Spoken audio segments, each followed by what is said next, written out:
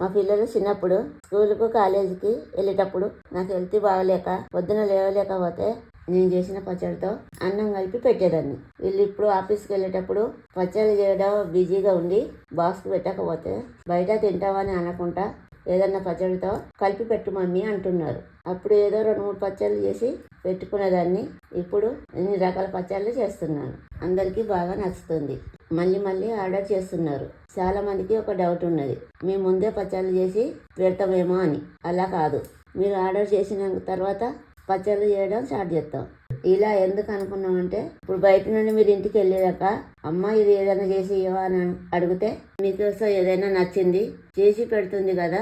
అప్పటికప్పుడు మీరు మా దగ్గర ఆర్డర్ చేస్తే మీకు అలాగనే ఫ్రెష్గా చేసిన పచ్చళ్ళు పంపాలని చేస్తున్నాం. ఇది కొంచెం కష్టమే. ప్రతిరోజు అదే చేయడం కన్నా ఒకటేసారి చేస్తే కష్టం ఉండదు. మాకు అలా ఇష్టం ఉండదు, అందుకే ఇలా చేస్తున్నాం.